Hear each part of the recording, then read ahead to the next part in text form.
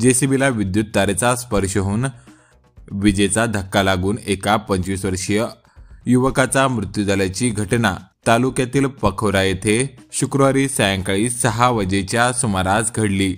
किरण पुंजाराम पदार वय 25 वर्षे राहणार पखोरा तालुका गंगापूर असे घटनेतील मयत युवकाचे नाव आहे।